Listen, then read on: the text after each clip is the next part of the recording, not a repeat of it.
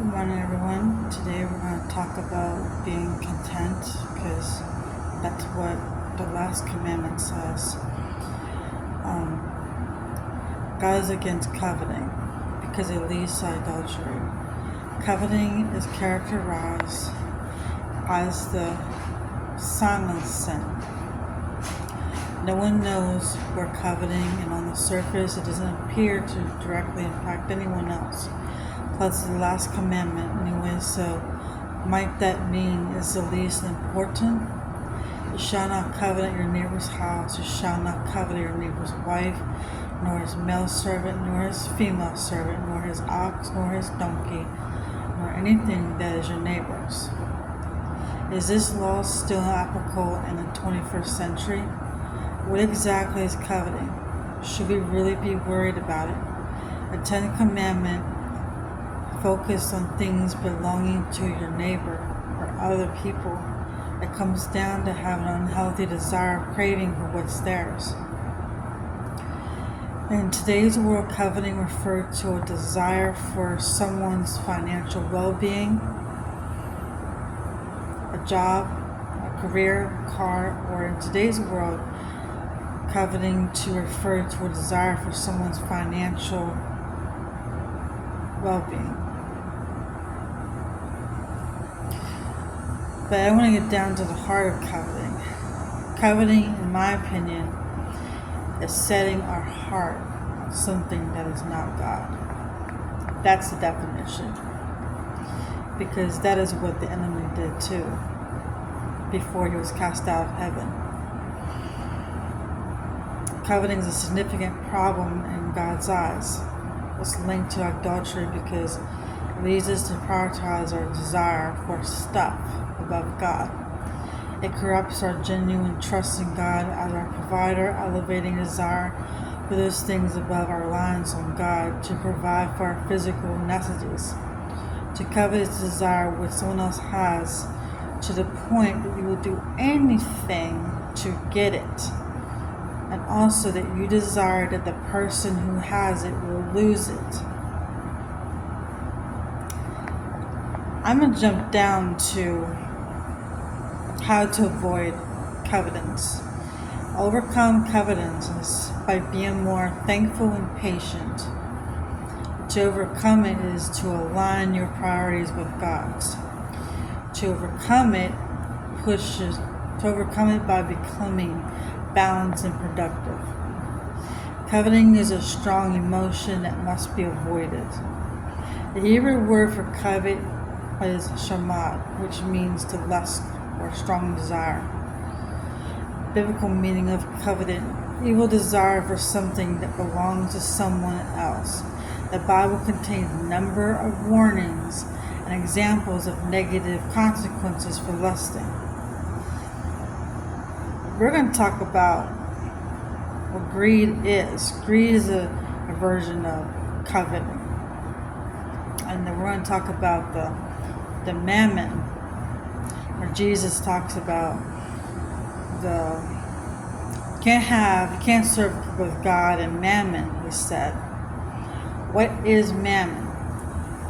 I say it's the false god of greed, money, and wealth. That's a word that means wealth, money, greed, gluttony, and excessive materialism.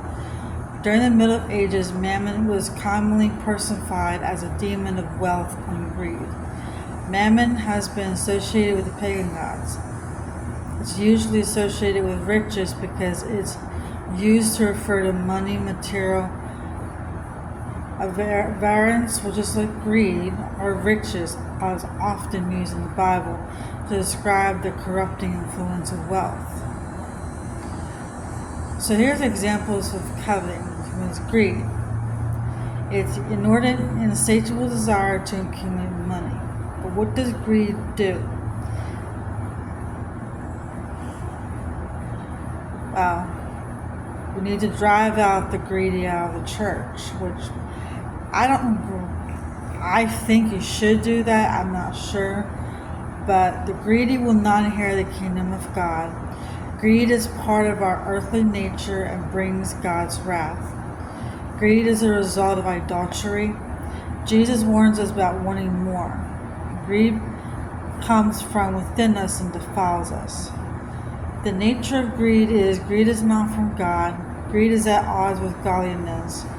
Greed promises satisfaction but never satisfies. Greed prevents us from resting in God's faithfulness. It steals from life's better joys. Unfettered greed is a slave master. No matter what greed is all those things.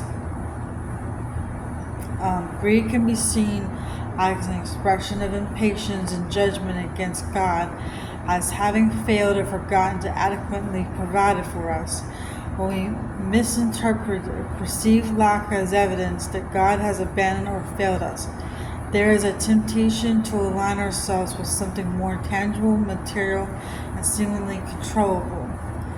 Material greed is one of the fundamental ways through which this desire for self-will expresses itself. Doubting the existence or benefits of God, we seek to live independently of God's will as the guiding principle of life. Feeling out of control and afraid of suffering, we fire God. So, in other words, greed comes from within us. Examples of greed is obsession. It's easy to be obsessed with something. Theft and robbery, hoarding, simony, which is profiting from soliciting goods within a church, corporate greed, which is working for a company, greed for money, when someone is motivated by desire for money. That can include trying to win the lottery. Greed for power, when someone is motivated for a desire for power. In other words, to have control of something. And gluttony is in one, I'm at this place. When someone is greedy for food, and I'm in that boat too. The physical signs of greed is gambling, hoarding, theft, deceit, corruption. Emotional signs of greed is stress, exhaustion, anxiety, depression, and despair. The spiritual signs of greed is crisis of faith, a rebellion against authority, a way to express impatience. But also, greed is the most sincere emotion. Human greed is like a running train with no brakes. The journey has no destination, only accelerated speed. The more you accelerate, the more you fall into a well of greed, isn't it? Let us try greed from a different perspective, a perspective of sincerity. Why greed could shake hands along with some honesty, truthfulness, and non-deceitful yet be very powerful emotion or behavior. Children are taught early to be sincere enough and that greed is a bad attribute to possess. But did we know it is also the most sincere manifestation of desire? When I say sincere, it means feels truthful and honest. The entirety of our feelings and desires give birth to greed. So if we say that greed is the most sincere emotion, free from pretense or deceit, would it be right to give such a statement? Isn't it foolish to think this way? Right. Well, I don't think so. We're not going to discuss the childhood wisdom that greed is a bad attribute to possess, but instead we're going to dig deeper into this nature of sincerity. Greed is a natural manifestation of insecurity. Greed is a natural universal expression. Greed is an excessive compulsive disorder, and greed is a selfish act for more. Now we're going to talk about envy. Now, envy is the definition of feeling of discontent and horizontal longing aroused by someone else's possession, qualities, or luck. Desire to have a quality possession or the desirable attribute belonging to someone else. You wish for another person to lack something one already possessed so as to remove the equality of possession between both parties. Pain at the sight of another good fortune by those who have what we ought to have. Envy is considered a sin. Envy is the feeling of being entitled and deprived. A person feels like someone owes them something, namely God. Envy is evil, constructive, and ugly. The physical signs of envy are fight or flight mode, stomach aches, headaches, chest pains, high blood pressure, heart palpitation, and extreme anxiety, weight loss or weight gain, insomnia or disturbances in sleep, poor appetite, weakened immunity. Emotional signs of envy are, negatively judging others, have snide remarks, downplaying others' achievements, feel unhappy when others succeed, finding joy in seeing others fail, offer fake compliments when talking about other people, and it goes on and on. And spiritual signs of it is lack of belief in God's power, care, and plans for one's life. So this whole thing goes on and on about envy, and envy is not good, and it also leads to discontentment. And discontentment is dissatisfaction for happiness with someone, or the state of being dissatisfied with one's life or situation.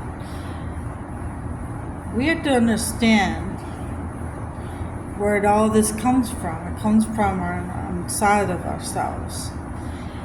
And we have to understand that God does not want us to be unhappy. He wants us to be blessed. The saying goes, I'm too blessed to be stressed. I believe we need to come across that saying for ourselves in our lives.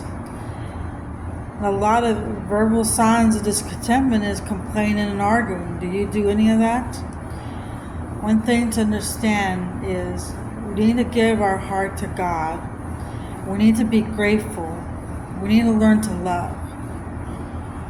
We need to know who we are in Jesus, and we are to give. We have to be content with what we do have, because not a lot of us are have good as anyone else. Some of us could be homeless. Some of us could lack money. But a true poor person is when you're totally lost without God. Blessed are the poor in spirit, for theirs is the kingdom of heaven. I want y'all to think about this, because being discontent is something that God does not like us to have in our lives. So, thank you for joining me on this, and I'll see you next time. Bye.